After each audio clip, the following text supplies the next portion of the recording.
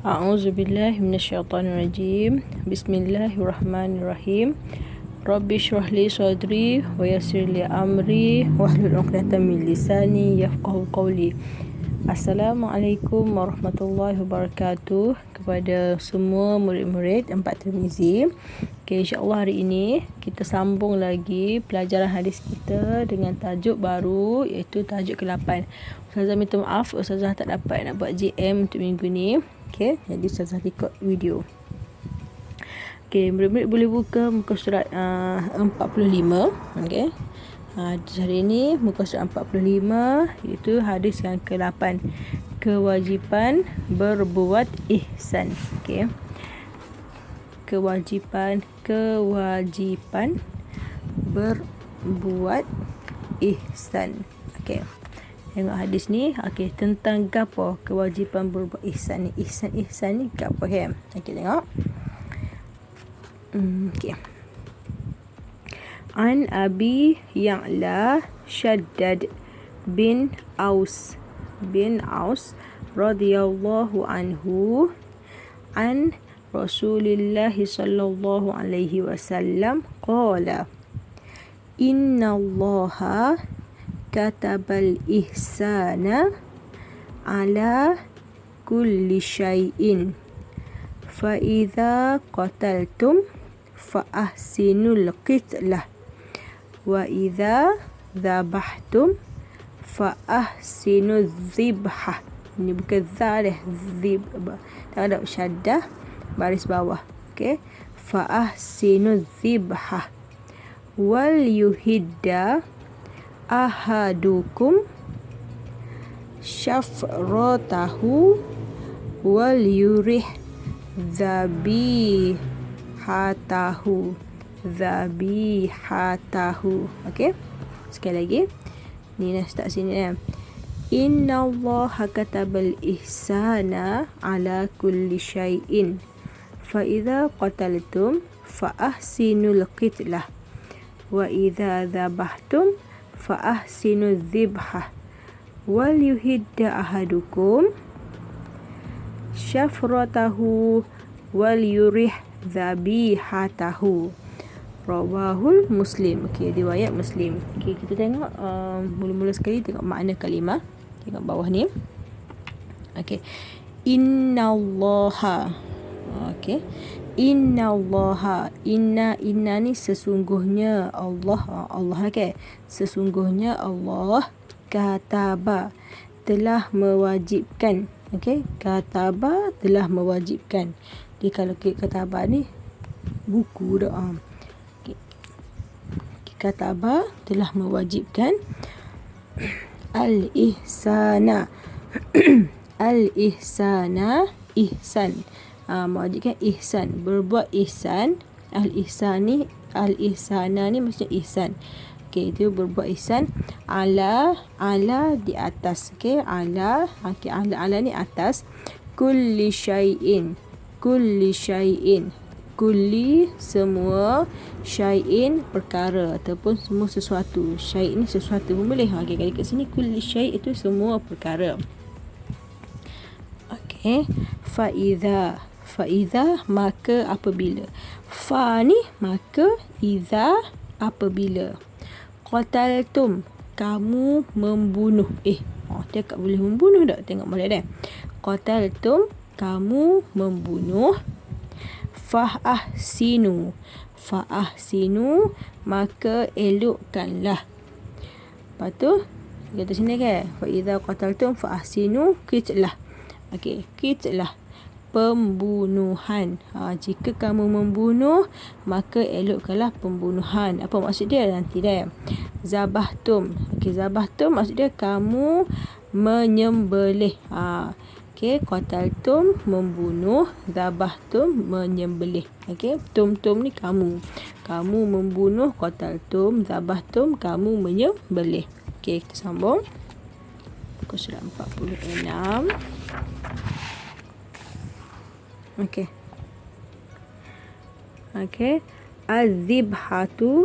Az-zibhah penyembelihan.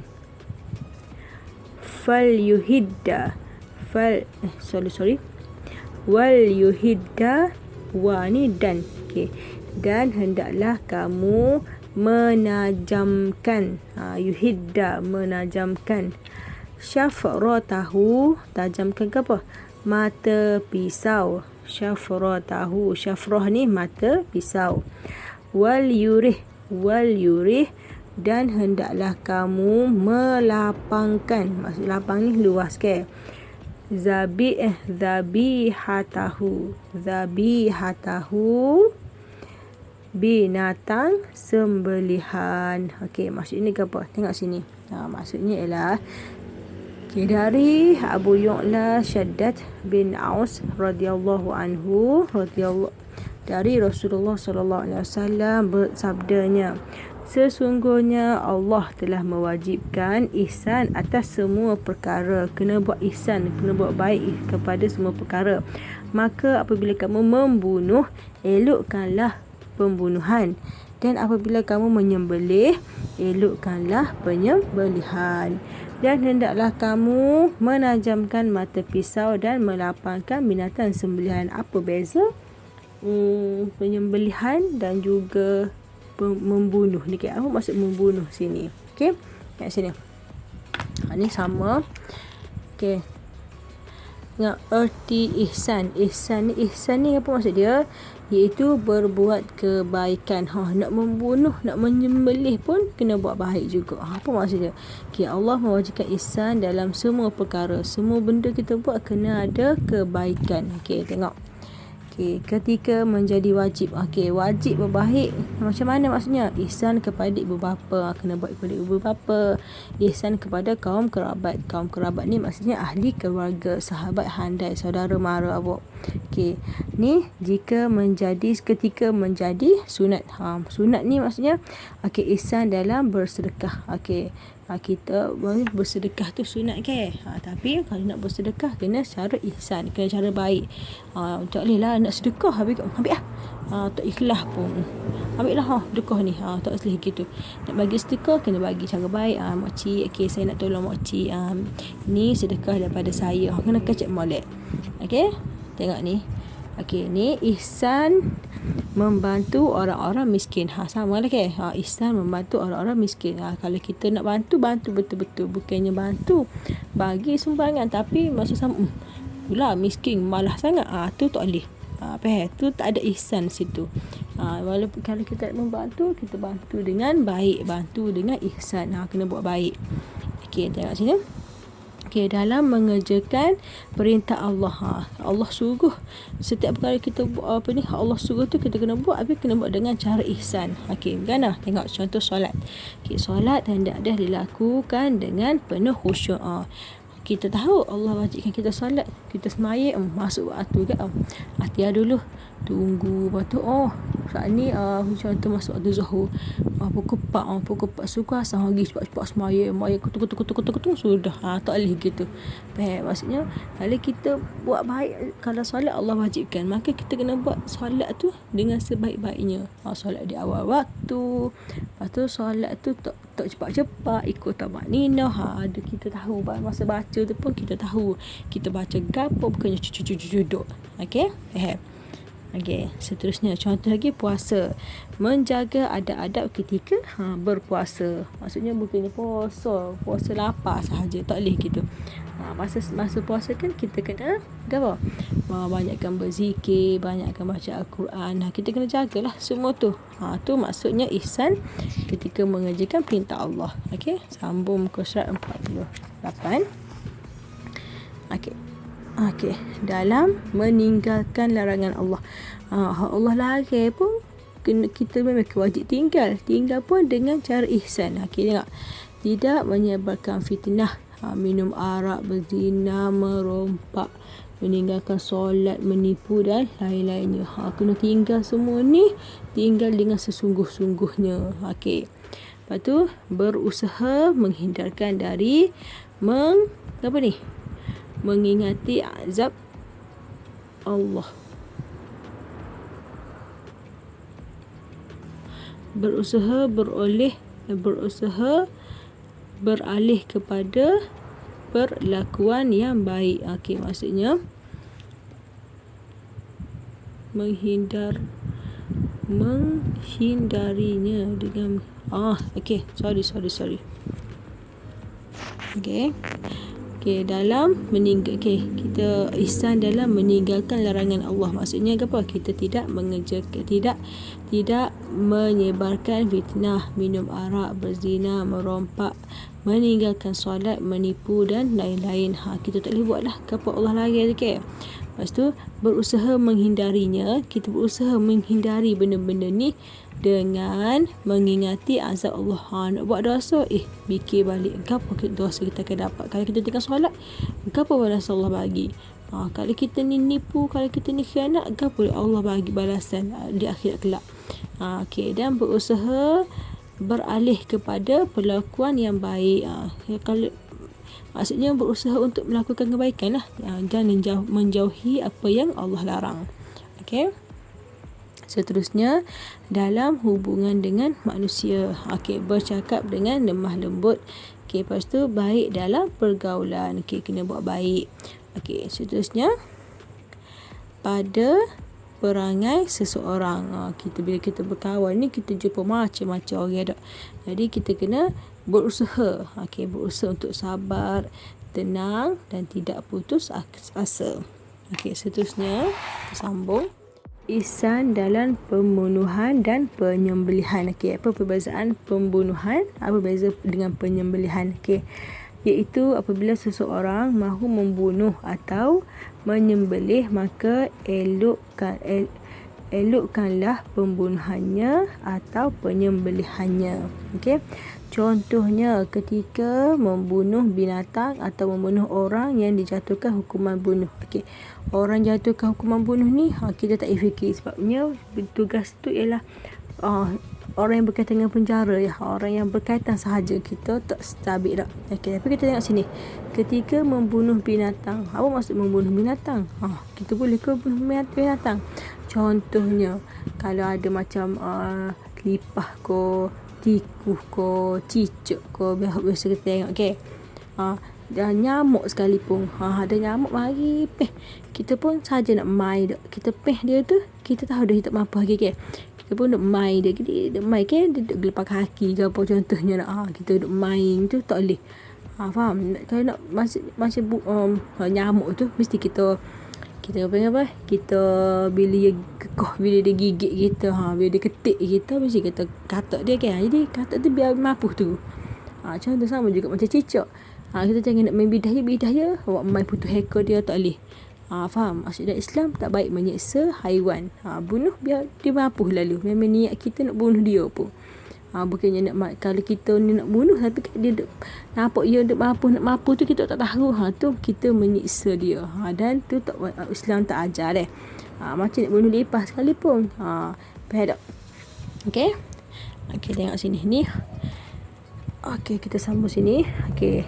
Penyembelihan ni deh, dengan menggunakan alat yang mencepatkan kematiannya. Ni macam nak bunuh saat ni lah.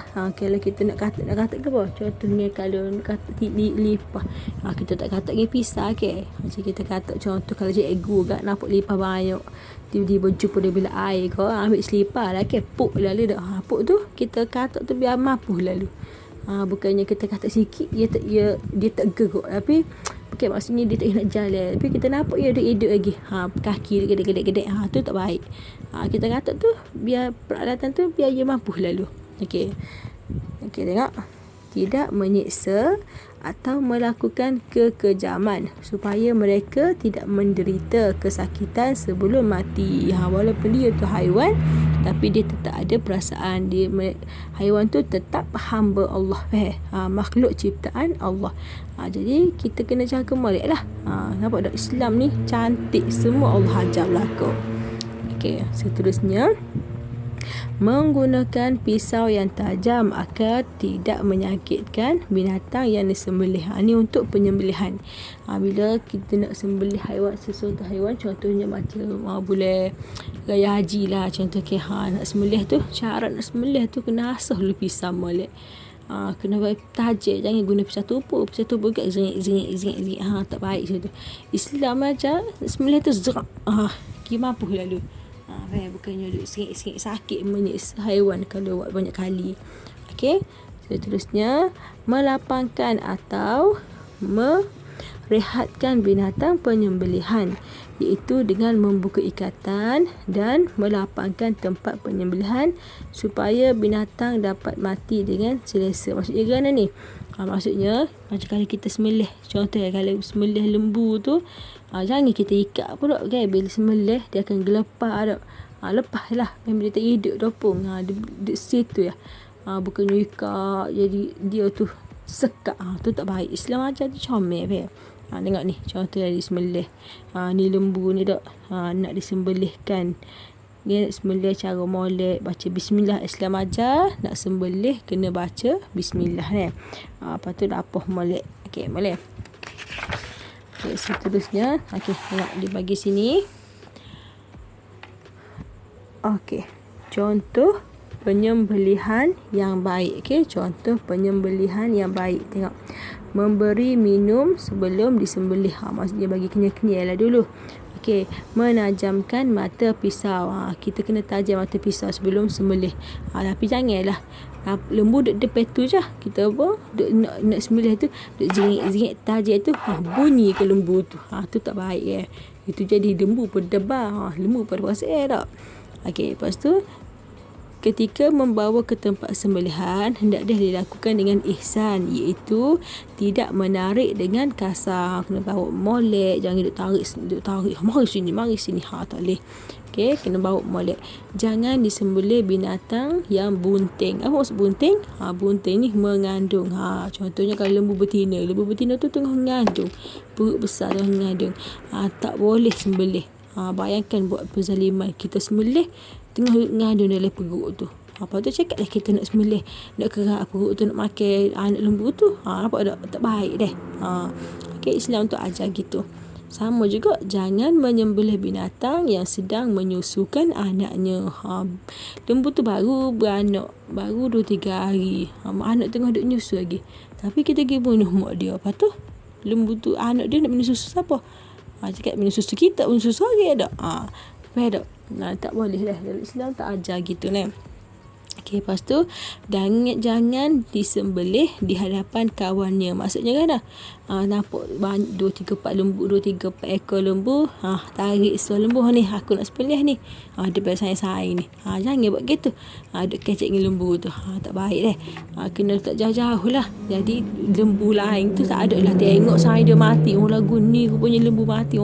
Gini apa ni, mati rupanya. Tak boleh gitu dah. Okey.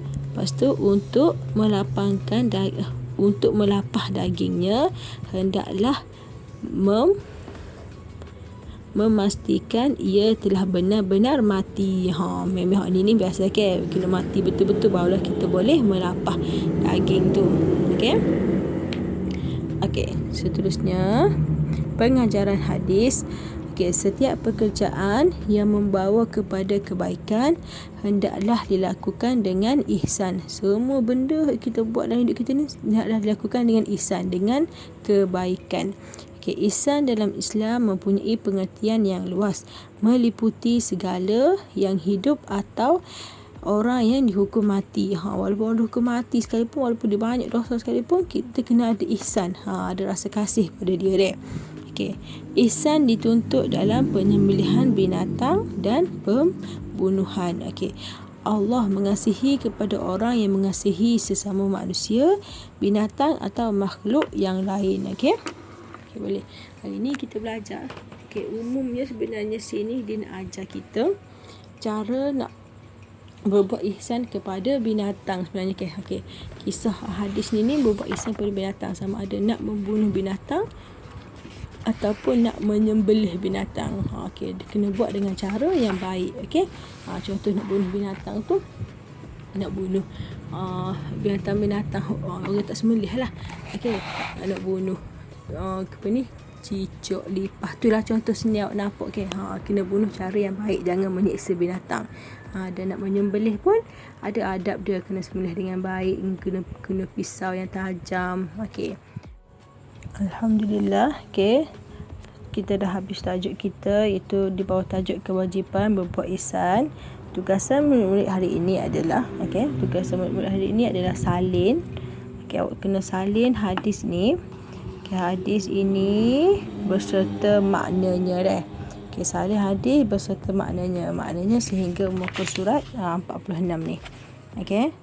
Seterusnya, nota yang lain saya akan berikan pada minggu hadapan. InsyaAllah kita akan berjumpa lagi untuk minggu depan. Sebarang pertanyaan nak boleh WhatsApp Ustazah deh. Terima kasih atas perhatian. InsyaAllah kita berjumpa lagi untuk pada kelas yang akan datang. Assalamualaikum warahmatullahi wabarakatuh.